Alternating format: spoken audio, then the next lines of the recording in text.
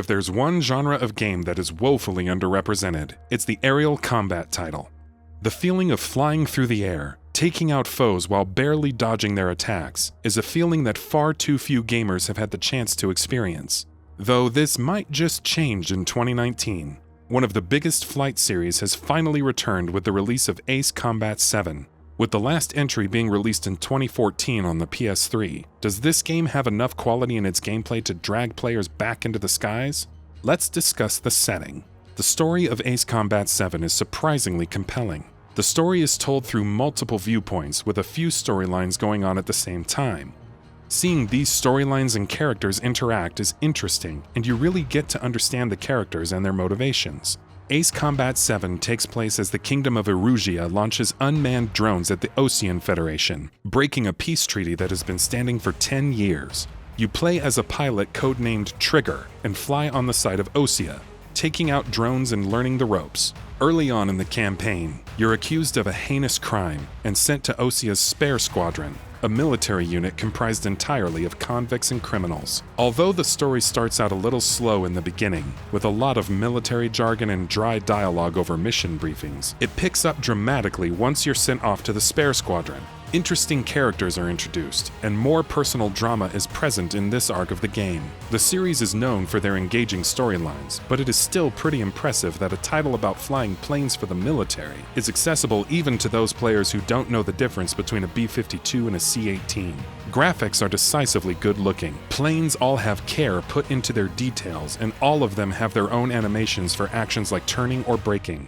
Environments are a little less detailed, with a bit of pop-in at times. However, this isn't too much of an issue since you'll be flying by so fast. Weather is rendered pretty well, and you'll even collect droplets of rain or condensation from time to time. Sound design is also on point, with the contained roar of the engine humming away in the background as you launch missile after missile at your target until that satisfying explosion. Soaring into the deep blue sky feels great. The controls are accessible to any level of player, and using weapons and switching targets is seamless.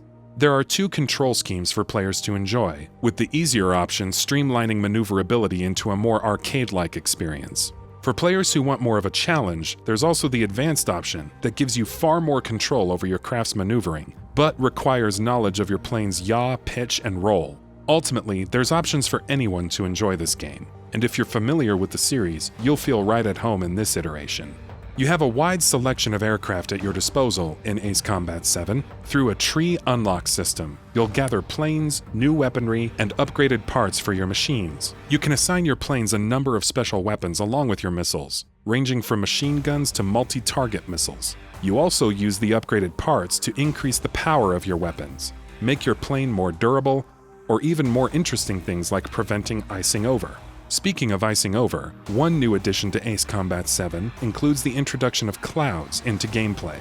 These clouds can help you hide from enemies and throw off guided missiles, but if you spend too long in them, you're liable to ice over, losing control of your craft. This presents an interesting risk versus reward mechanic during intense gameplay. It's a welcome inclusion and adds another layer of depth to combat beyond simply barreling out of the way of missiles. The environments of Ace Combat 7 actually tie into the gameplay pretty well. How you will be fighting will depend entirely on what the landscape looks like. Soaring over clear skies lets you tear into enemies with a machine gun, but twisting through giant columns of cliff is going to make you wait patiently for the perfect opportunity to let loose with a guided missile. There are also environmental concerns as well, like lightning storms that threaten to lock your controls up and disrupt your HUD. The missions in Ace Combat 7 are pretty standard fare. There are missions where you must hunt down specific targets, provide cover for friendly fires, or simply blow up as much stuff as you can within a time limit.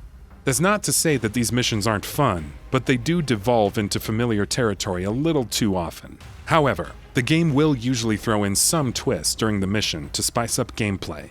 Having your bog-standard escort mission interrupted by an ace pilot who you then have to have an intense dogfight with is incredible. So even though Ace Combat 7 doesn't always push the envelope when it comes to mission structure, the game still makes it exciting and enjoyable. There's also a pretty enjoyable multiplayer component. There's deathmatch and team deathmatch modes. As you can see, this isn't a huge amount of modes, and they both are centered solely around dogfighting. This is a bit of a shame, since there could have been more modes that incorporate the base destruction aspect of the single player, with players trying to blow up more targets on the ground than anyone else. You join a lobby, set up your plane loadout, then get to flying. But just because multiplayer is all about dogfighting doesn't mean it's not worthwhile. Just as in any multiplayer game, your results will vary. Sometimes you'll end up paired with folks who know the movement system inside and out, and who will send missiles your way one after another while dancing all around you. But sometimes you'll get into a more balanced match, and the give and take of a dogfight with another player is exhilarating. There's also a VR mode that comes exclusively to the PS4. This mode includes a handful of missions that will have you sitting right in the cockpit, while you perform all your aerial maneuvers and dogfighting. I unfortunately wasn't able to try this mode out, but the concept sounds like a fun diversion.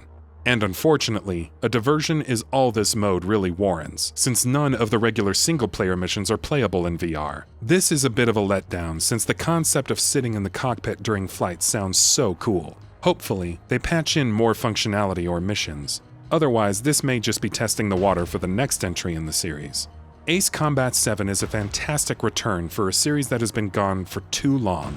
If you're in the market for a compelling aerial combat title, this is sure to be just what you were looking for. Satisfying controls and combat, matched with an engaging storyline, make for an enjoyable ride for everyone, fans and newcomers alike.